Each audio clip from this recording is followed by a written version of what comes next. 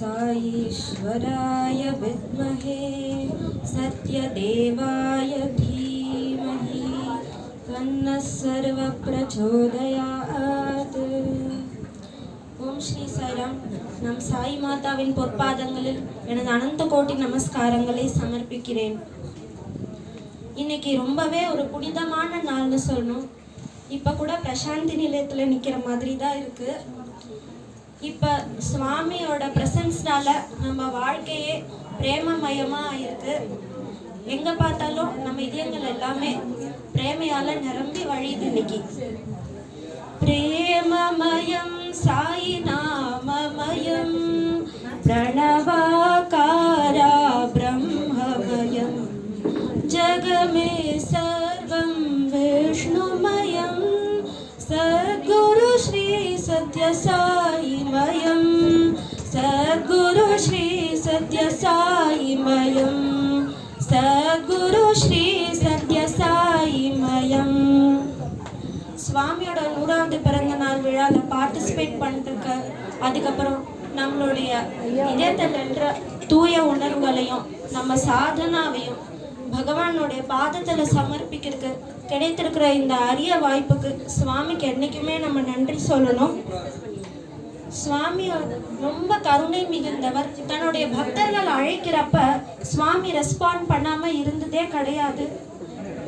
100 வருடங்களுக்கு முன்னாடி 23 நவம்பர் 1926 சாதுக்கள் பல பக்தர்கள் ஏக்கத்தோடு அழைக்கிற அந்த குரலை கேட்டு சுவாமி உருவமற்ற எல்லா உருவங்களையும் கடந்த எல்லா நாமங்களையும் கடந்த நம்ம எண்ணங்களுக்கே எட்டாத நம் பரம்பொருள் ஒரு அழகான உருவத்தோட சத்யநாராயணாங்கிற நாமத்தோட அவதரித்தாரு.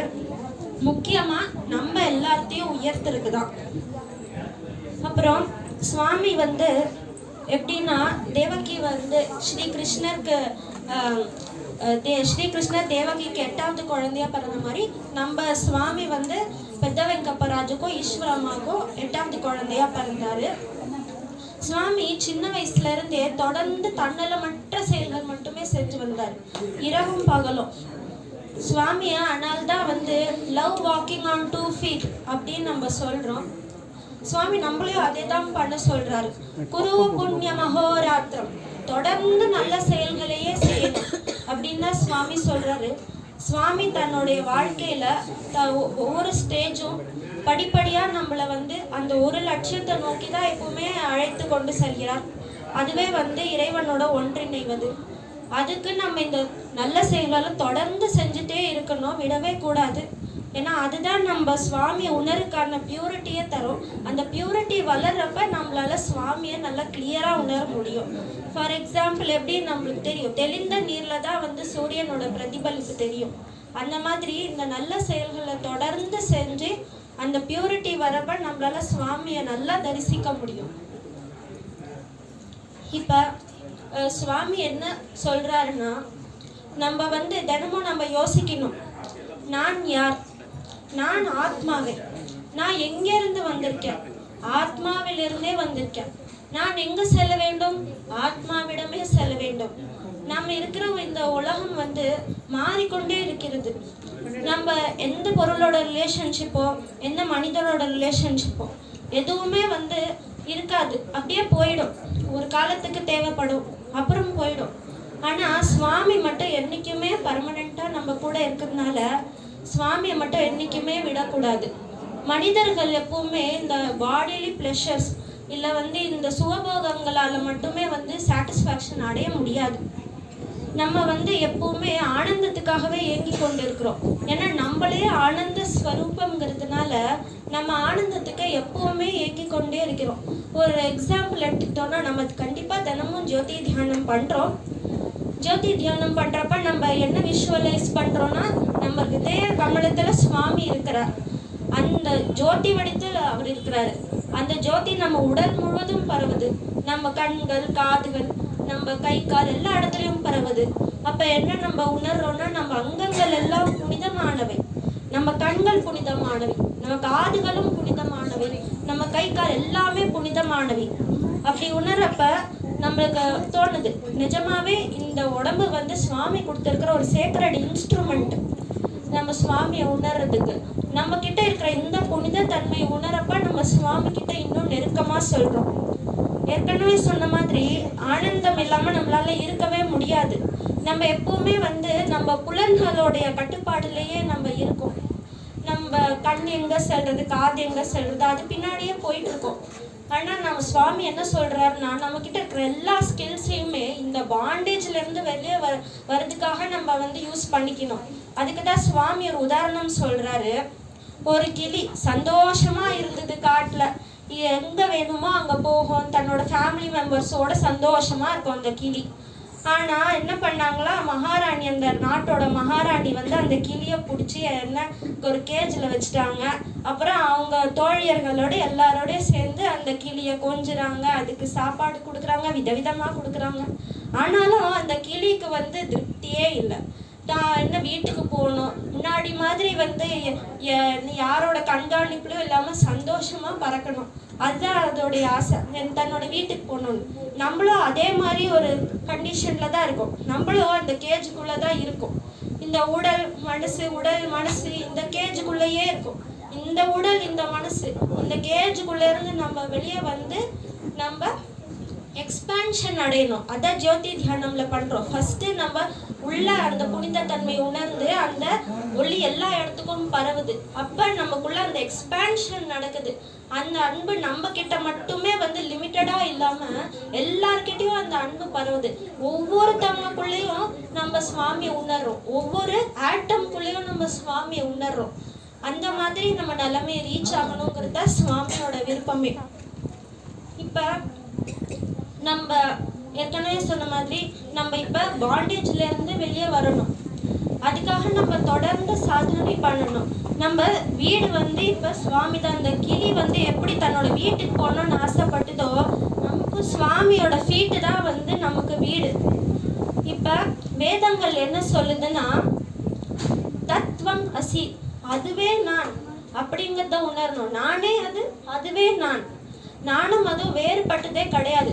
ஆனா நம்ம நிறைய வேறுபாடுகள் எல்லாமே பார்த்துட்டு தான் இருக்கோம். சுவாமி சொல்றாரு, கடவுள் ஒருத்தவர் மட்டும்தான் இருக்காரு. பாரதியர்களுடைய நம்பிக்கை என்னைக்குமே அதுதான், ஒரு கடவுள் மட்டும்தான் எப்பவுமே இருக்காரு. எல்லா இடத்துலயும் கடவுள் மட்டுமே இருக்காரு. அதுதான் ஏகேஸ்வரத்துவம் அப்படின்னு சொல்றது. எல்லா இடத்துலயும் அந்த கடவுள் மட்டும்தான் இருக்காரு. ஆனா நம்ம வேறுபாடுகள் எல்லாம் பார்த்துட்டே இருக்கோம். சுவாமி இந்த வேறுபாடுகளே ஒரு காரணத்துக்கு தான் ஏற்படுத்தியிருக்காரு. அப்பதான் நம்ம இந்த வேறுபாடுகள் இருக்கிறப்பதான் நம்ம கருணை, அன்பு, இந்த மாதிரி குணங்கள் எல்லாம் மேனிஃபெஸ்ட் பண்ண முடியும். அதனால சுவாமி இந்த சின்ன சின்ன வேறுபாடுகள் ஏற்படுத்தியிருக்காரு. ஆனாலும் இந்த வேறுபாடுகள் எல்லாமே கூட மேலோட்டமானவை தான். ஆத்மா மட்டும்தான் எல்லாருக்குள்ளேயும் இருக்குங்கிறது தான் உண்மை. அதனாலதான் சுவாமி சொல்றாரு, மதங்கள் பலவாயினும் மார்க்கம் ஒன்று, ஆடைகள் பலவாயினும் நூல் ஒன்று, பசுக்களின் வண்ணங்கள் பலவாயினும் பால் ஒன்று, ஆபரணங்கள் பலவாயினும் தங்கம் ஒன்று, அந்தஸ்து எதுவாகிலும் பிறப்பு ஒன்று, மலர்கள் பலவாயினும் வழிபாடு ஒன்று, உடல்கள் பலவாயினும் ஆத்மா ஒன்றுதான் அப்படிங்கிறத சுவாமி ரொம்ப தெளிவா சொல்றாரு. வேதம் தத்துவமசின்னு சொல்லுது. இப்ப எல்லா இடத்துலயும் நிறைந்திருக்கிறது சுவாமி தான். இங்க இருக்கிற ஒவ்வொருத்தருக்குள்ளேயும் நம்ம சுவாமியை தான் பார்க்கிறோம். ஈஷாவாஸ்யமிதக் சர்மயத் கிஞ்ச ஜகத்யான் ஜகத் தேன த்யக்தேன புஞ்சி தாமாக்ருதஹ் கஸ்ய ஸ்வித்தனம். எல்லா இடத்துலயும் ஈஷாவாஸ்யம் இதம் சர்வம், எல்லா இடத்துலயும் இருக்காரு சுவாமி. அதனால இங்க என்னுடைய பொருள், உன்னுடைய பொருள், அந்த மாதிரி வேறுபாடுகளுக்கு இங்க இடமே இல்லை. அந்த உணர்வோட நம்ம தொடர்ந்து நம்ம செயல்பாடுகளை செய்யறப்ப நம்மளுடைய செயல்கள் யாருக்கும் தீங்கு ஏற்படுத்தாது. ஏன்னா தொடர்ந்து நம்ம அந்த கான்சியஸ்னஸ்ல இருக்கோம். அந்த வேறுபாடுங்கிற எண்ணமே அங்க இல்லை. அந்த கான்சியஸ்னஸ்லயே இருக்கிறப்ப கண்டிப்பா நம்ம செயல்கள், நம்ம தாட்ஸ் எல்லாமே ஆட்டோமேட்டிக்கா பியூரிஃபை ஆயிடுது. வேதங்கள் என்ன சொல்றதுன்னா, நம்ம ஆத்ம தத்துவத்தை நல்லா நம்பணும். ஃபர்ஸ்ட் அந்த நம்பிக்கை வேண்டும். ஏன்னா இப்ப நம்ம டிவில எத்தனையோ பாக்குறோம், நியூஸ் பேப்பர்ல எத்தனையோ பாக்குறோம், அதெல்லாம் நம்புறோம். ஆனா சுவாமி என்ன சொல்றாருன்னா, தத்துவம் அசி, அதுவும் நானும் ஒன்று. வைக்கணும், இதுல நம்பிக்கை வைக்கணும். வெறுமனே வெளிப்புற விஷயங்கள்ல மட்டும் நம்பிக்கை வைக்க கூடாது. அதனால இதுல நம்பிக்கை வைக்கிறப்பதான் நம்ம ஆத்மா கிட்ட போக முடியும். அதுக்கப்புறம் சுவாமி இன்னொன்னு சொல்றாரு, கஸ்மை தேவாய ஹவிஷா விதேம. எது எல்லாத்தோடைய சோர்ஸுமா இருக்கு, எது எல்லாத்தோடைய சோர்ஸுமா இருக்கு, நமக்குள்ள இருந்து எவர் சுவாசிக்கிறாரு, நமக்குள்ள இருந்து எவர் பார்க்கறாரு, இந்த பஞ்சபூதங்கள் எல்லாத்தையும் எவர் ஆப்ரேட் பண்றாரு, அவரை நம்ம நல்லா தீவிரமா நேசிக்கணும், அவரை நம்ம வணங்கணும் தொடர்ந்து. அதுவும் எந்த மாதிரி பிரேமையோட நம்ம நேசிக்கணும்னா, எந்த டிசையருக்குமே எதிர்பார்த்து கிடையாது, எனக்கு அந்த பொருள் வேணும் சுவாமி, இந்த பொருள் வேணும் சுவாமின்னு எதிர்பார்த்து கிடையாது. நம்ம சுவாமி மட்டுமே வேணும். ஏன்னா அவரை விட உயர்ந்தவர் வேற எதுவுமே கிடையாது, அவரோட பவரை தாண்டி எதுவுமே கிடையாது. அந்த நம்பிக்கை இருக்கிறப்ப நம்ம சுவாமி தவிர வேற எதுக்குமே ஆசைப்பட மாட்டோம். கோபியர்களை இதற்கு உதாரணமா சொல்லலாம். அவங்க எப்பவுமே ஸ்ரீ கிருஷ்ணர் தவிர வேற எதை பத்தியுமே அவங்களால நினைச்சு கூட பார்க்க முடியாது. அவங்க செய்யற செயல்கள் எல்லாமே ஸ்ரீ கிருஷ்ணருக்காகவே எப்பவுமே செஞ்சதுனாலதான் அவங்க செய்யற ஒவ்வொரு செயலுமே தபஸ் தான், ஒவ்வொரு செயலுமே உயர்ந்த தபஸ். அவங்க அதனாலதான் எப்பவுமே தூய்மையான உணர்வுகளோட ஸ்ரீ கிருஷ்ணரை பத்தியுமே நினைச்சிட்டே இருந்தாங்க. அப்ப அவங்க பாடுறாங்க, கிருஷ்ணா உன்னோட புல்லாங்குழல் இசை மூலமா எங்களுக்கு வேதத்தோடைய சாரத்தையே கொடு கிருஷ்ணா, எங்களுக்கெல்லாம் படிக்க தெரியாதே, அதனால நீ உங்களோட புல்லாங்குழல் குரலை வச்சு அது மூலமா எங்களுக்கு வேதத்தோட சாரத்தை கொடு கிருஷ்ணா அப்படின்னு கோபியர்கள் கேட்டாங்க. பாட்ட பாடுமா கிருஷ்ணா పలుకుతేనే లొలుకునట్టుల మాటలాడుమా ముకుంద మనసు తీరగా அப்படின்னு மனசார பிரார்த்திக்கிறாங்க. எனக்கு உங்களோட புல்லாங்குழல் கூட அந்த குரல் மூலமா வேதத்தோட சாரத்தை நாங்க உணரணும் கிருஷ்ணா அப்படிங்கிற அந்த ஆங்குஷ், அந்த ஏக்கத்தோட அவங்க ப்ரே பண்றாங்க. நம்மளும் நம்மளோட ப்ரேயர்ஸை இந்த ஏக்கத்தால தான் நம்ம நிரப்பிக்கணும். சுவாமி உங்களை உணரணும் சுவாமி அப்படின்னு அந்த ஏக்கத்தால நம்ம நிரப்பிக்கிட்டு ப்ரே பண்ணணும். இப்போ சுவாமியோட 100th பர்த்டே செலிப்ரேட் பண்றோம். நம்ம டிரான்ஸ்ஃபர்மேஷன் அடையிறதுக்கு இதை விட பெரிய ஆப்பர்ச்சுனிட்டி எதுவுமே கிடையாது. சுவாமி சொல்றது எனக்கு ஒன்று அடிக்கடி ஞாபகம் வரும். சுவாமி சொன்னாரு, அந்த காலத்துல இருக்கிற பெரிய முனிவர்கள் அவங்களாம் கூட ஒரு காலத்துல நம்மள மாதிரி ஆர்டினரி பீப்புளா தான் இருந்தாங்க. ஆனா அவங்களுடைய சேக்ரெட் சங்கல்பம், அந்த தூய சங்கல்பம், நான் சுவாமி அடையணும், அந்த சங்கல்பம் அவங்க ஃபர்மா எடுத்தாங்க, ஃபுல் டிட்டர்மினேஷனோட. அந்த சங்கல்பம் மூலமா தான் அந்த ஆர்டினரி ஸ்டேஜ்ல இருந்து படிப்படியா அவங்க அந்த உயர்ந்த நிலைமையை அடைஞ்சாங்க. அதே மாதிரி நம்மளும் இன்னைக்கு அந்த சங்கல்பத்தை எடுத்தே ஆகணும். சுவாமிக்காக வாழணும், ஒவ்வொரு மொமெண்ட்டையுமே சுவாமிக்காக சமர்ப்பிக்கணும். அந்த சங்கல்பம் எடுத்து வாழணும். நம்ம சுவாமி என்ன சொல்றாருன்னா, உங்க இதயங்கிற பாத்திரத்துல நான் போதனைகள்ங்கிற உணவை பரிமாறுறேன், உங்க புத்திங்கிற கரண்டி மூலமா அதை எடுத்து உண்பதற்கு முயற்சி செய்ய வேண்டும் அப்படின்னு சுவாமி சொல்றாரு. அதனால சுவாமியோட போதனைகள் தான் நமக்கு எல்லாமே. அதை எப்பவுமே கடைபிடிச்சாதான் நம்ம உண்மையாவே சுவாமியோட பர்த்டேயை கொண்டாடுறோம். வெறுமே 100ங்கிறது ஒரு எக்ஸ்டர்னல் நம்பர் அது, ஆனா 100ங்கிறது உணர்த்துறதே அந்த பூர்ணத்துவம் தான். அதை எப்போ அடைய முடியும்னா நம்ம சுவாமியை சுவாமி சொல்ற டீச்சிங்ஸை ஃபாலோ பண்றப்ப தான் உணர முடியும். நான் சொன்ன ஜோதி தியானத்துக்கு ஒரு எக்ஸாம்பிள், அது ஒரு எக்ஸ்பெரிமெண்ட் நான் ட்ரை பண்ணேன். அது ஏற்கனவே சில பேருங்க பண்ணியிருப்போம். சுவாமியோட ஒரு ஆர்டிக்கல் இருக்கு, ஒரு பிளக் ஆர்டிக்கல். அது அந்த பிளக் வச்சா சுவாமியோட போட்டோல இருந்து லைட் வரும். அந்த ஆர்டிக்கல் யார்கிட்டயாவது இருந்தா ட்ரை பண்ணலாம். நைட்டோ இல்லை ஒரு ஏர்லி மார்னிங்கோ அந்த பிளக் மாட்டி பார்க்கணும். எல்லா லைட்டும் ஃபுல்லாக ஆஃப் பண்ணி எல்லாம் ஃபுல்லாக க்ளோஸ் பண்ணிட்டு அந்த லைட்டை ஆன் பண்ணி பார்த்தா ஃபுல் இருட்டில் சுவாமியோட வெளிச்சம் மட்டும் ரூம் ஃபுல்லாக பரவும். நம்ம கை நம்ம கால் மேலே எல்லாமே இந்த சுவாமி ஃபோட்டோலேருந்து அப்படியே டைரெக்டாக வெளிச்சம் விழுறப்ப நம்மளால சுவாமியோட ப்ரெசன்ஸ் அவ்வளோ நல்லா உணர முடியும். அந்த மாதிரி ஒரு அட்மாஸ்பியரில் ஜோதி தியானம் பண்ண கண்டிப்பாக ட்ரை பண்ணலாம். ஏன்னா நம்ம அதெல்லாம் தொடர்ந்து செய்யணும், விடவே கூடாது. ஓம்காரம், சுப்ரபாதம், ஜோதி தியானம், வேதம், இதெல்லாம் தினமும் பண்ண வேண்டிய விஷயங்கள். இந்த மாதிரி சின்ன சின்ன விஷயங்கள், பெருசா எதுவும் செய்ய தேவையில்ல. இந்த மாதிரி சின்ன சின்ன விஷயங்களை தொடர்ந்து செஞ்சுட்டே இருக்கிறப்ப அப்ப நம்மளால சுவாமியை உணர முடியும். இந்த வாய்ப்பை தந்ததுக்கு சுவாமிக்கு ரொம்ப நன்றி சொல்றேன். அப்புறம் எனக்கு ஒரு சின்ன எக்ஸ்பீரியன்ஸ், நான் 1 minute மட்டும் சொல்லிக்கிறேன். புட்டபர்த்தியில் சதுர்வேத ஸ்வர சங்கமான ஒரு ப்ரோக்ராம் நடந்தது.